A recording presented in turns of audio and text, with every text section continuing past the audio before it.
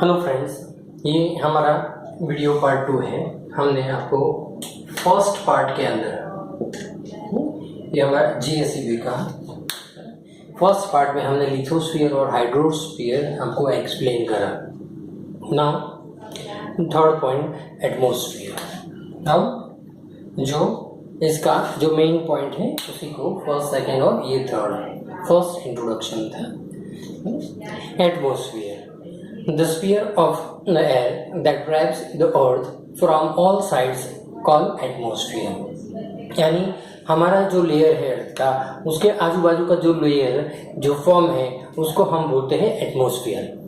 It extend approximately 1600 kilometre from the earth surface. Earth surface से 1600 kilometre, कितना 1600 kilometre.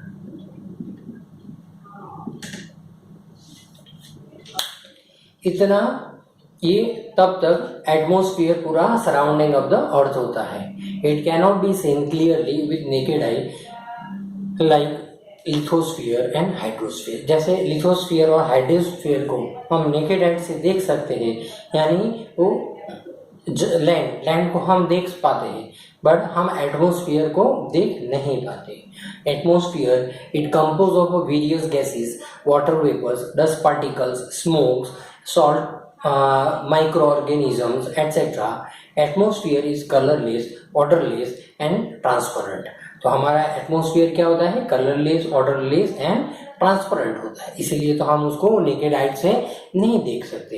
Atmosphere के अंदर बहुत सारे डस्ट पार्टिकल और वगैरह होते हैं, अलग अलग गैसेस भी होते हैं। Solid, liquid and gaseous elements are including in the atmosphere. It contain approximately, याद रखना है आपको ये सारी चीजें कि इसमें क्या क्या कंटेन है। ये सारी चीजें आपके क्वेश्चंस एग्जाम के अंदर अलग अलग टाइप के क्वेश्चंस आते हैं। सो उसके अंदर सॉलिड, लिक्विड और गैसियस एलिमेंट्स हैं। इट कंटेन अप्रोक्सीमेटली 78% नाइट्रोजन है।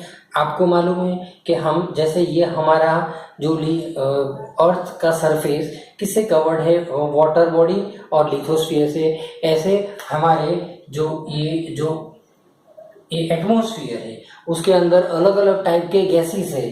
तो उसी के अंदर हम लेते हैं कि भाई ये 21% जो बोलते हैं हम ऑक्सीजन है और 78% नाइट्रोजन है।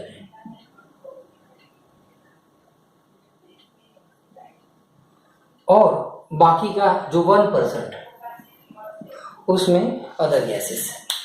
तो ये सारा चीज आपको याद रखना है। Ozone gas comprises of very small proportion in air. बहुत कम होता है, बट वो ओजोन लेयर हमारे लिए बेनिफिशियल है। हाउ इट इज बेनिफिशियल देखते हैं। This gas absorb the ultraviolet ray from the sun and protect the earth from the sun rays. Excessive जो हीट होती है सन की रेडिएशंस होते हैं वो बहुत पावरफुल होते हैं।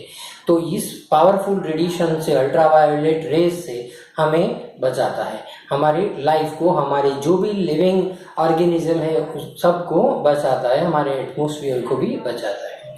This gas is more in proportion in the morning in the open grounds.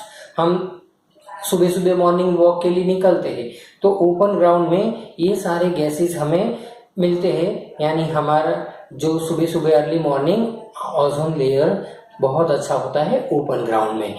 जैसे कि कोस्टल एरिया पे, समंदर के एरिया पे आप जाओ, रिवर के पट पर जाओ, तो वहाँ आप घूमो या तो खुले मैदानों में जाओ, तो ओजोन लेयर आपको बहुत मात्रा में मिलता है और वो आपके लिए बहुत फायदेकारक है।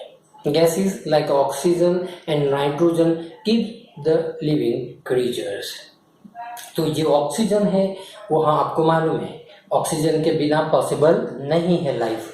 तो ऑक्सीजन और nitrogen keep the living creatures. हम लिविंग क्रिएचर्स के लिए, जो लाइव पीपल, जो लिविंग बींग्स के लिए ये बहुत इम्पोर्टेंट है। चाहे उसमें प्लांट हो, एनिमल हो, ऑर्गेनिज्म हो, ह्यूमन बींग हो, कोई भी हो, हर एक के लिए ये इम्पोर्टेंस है फॉर अर्थ अलाइव। अर्थ को जिंदा रहने के लिए ये इम्पोर्टेंस है।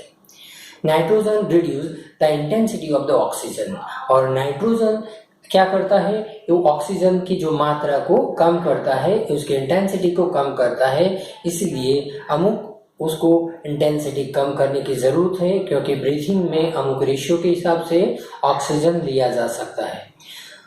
So water is the most important component in the atmosphere due to heat.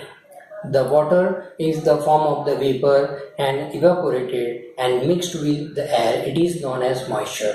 Water vaporisation होता है, और वो उससे जो वाटर वेपोराइजेशन एयर के अंदर मिक्स होते हैं, तो उसकी वजह से फॉग, ड्यू, अलग अलग फॉर्म्स क्रिएट होते हैं, उसको हम और मॉइस्चर भी बोलते हैं। This process of cooling vapour is called condensation. और ठंडा पड़ने की जो प्रोसेस है cooling of vapour, water vaporisation होती है और उसके बाद कूल डाउन होता है, तो उसको हम कंडेंसेशन बोलते हैं। फिर कंडेंसेशन आगे जाते हैं तो आपको वाटर साइकिल आप बहुत सारे स्टैंडर्ड में सीख गए। तो वाटर साइकिल की जो प्रोसेस है उसमें वाटर वेपोराइजेशन के बाद ये कंडेंसेशन आता है, फिर प्रेसिपिटेशन आता है, फिर वाटर ड्रॉपलेट में कन्वर्ट होता है। So various form of the moisture like dew, fog, clouds and precipitation are due to condensation.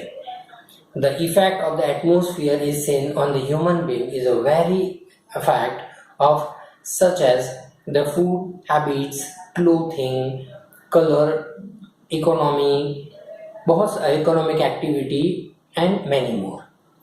Many dust particles are seen in the atmosphere. तो एटमॉस्फेयर के अंदर बहुत सारे डस्ट पार्टिकल भी हमें देखने को मिलते हैं।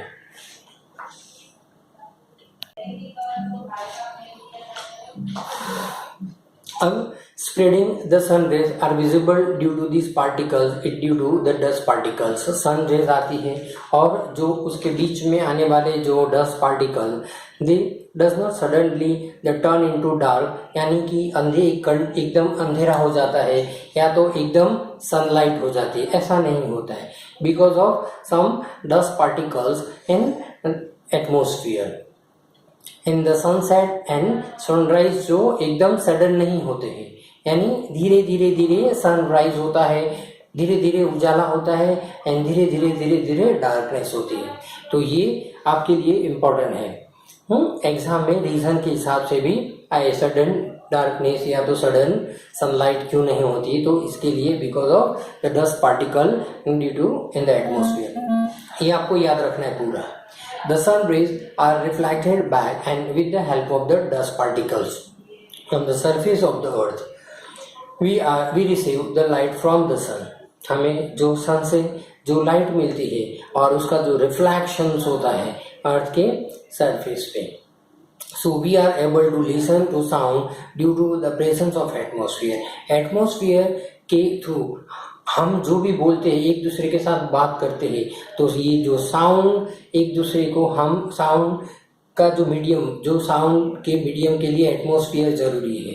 अगर हम एक दूसरे के साथ बातचीत कर सकते हैं बिकॉज ऑफ एटमॉस्फेयर, अगर एटमॉस्फेयर नहीं होता तो ये पॉसिबल नहीं होता है, यानी कि साउंड का प्रोपोगेशन होना this is it is useful of the atmosphere.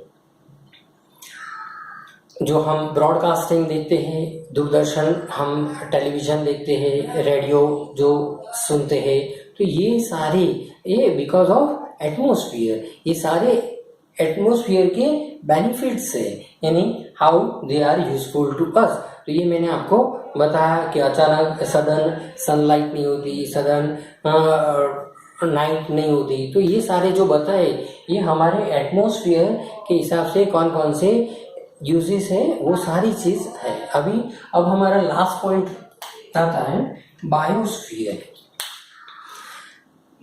Biosphere क्या है? लिथोस्फीयर, हाइड्रोस्फीयर और एटमॉस्फेयर तीनों का कॉम्बिनेशन होता है। So biosphere, it is a part of the lithosphere, hydrosphere and atmosphere where the living world exists. It is known as biosphere. सारी definition, हर एक point start करने के पहले मैं आपको उसकी डेफिनेशन एक्सप्लेन करता हूँ। Biosphere is one of the important sphere on the earth. Earth is only the planet where the solar system having biosphere. अर्थ ही एक ऐसा यूनिक प्लानट है कि जहाँ पे बायोस्फीयर है. Biosphere includes the vegetation, animals, insects, human beings etcetera. We obtain food and many other necessary things in the biosphere. So biosphere is the base of the existing and living. तो हमारी life के लिए वो important है, वो living के लिए और नॉन लिविंग के लिए, for both. Lithosphere and atmosphere from the non-living part, while the plant and animal of microorganism are include the living world. Human action causes the imbalance different. अभी पूरे chapter का sketch है, हमने चारों चार part आपके खत्म कर दिए. अब पूरे चैप्टर का जो स्केच है कि सब मिला कि सारी चीज़ें कौन सी तरह इफेक्ट करती है, ये सारी चीज़ अब लिथोस्फीयर से आपको हम बता रहे हैं. जैसे कि हाइड्रोस्फीयर और atmosphere in form of the non living part, while the plant, animal and micro organism are include the living world. Human action causes the imbalance in the different sphere. In the balance, various sphere is threatened. अगर ये imbalance हो जाता है तो इसकी वजह से बहुत सारे प्रॉब्लम क्रिएट होते हैं. आपको मालूम है अर्थ में जो अलग अलग कंट्रीज जो न्यूक्लियर टेस्टिंग करते हैं तो वो हमारे लिए बहुत हार्मफुल है. तो ये जो ह्यूमन एक्टिविटीज़ है वो हमारे लिए बहुत हार्मफुल है, और जिसकी वजह से हमारे अर्थ का जो टेम्परेचर है और बहुत सारी चीज़ें हैं इम्बैलेंस हो जाती है.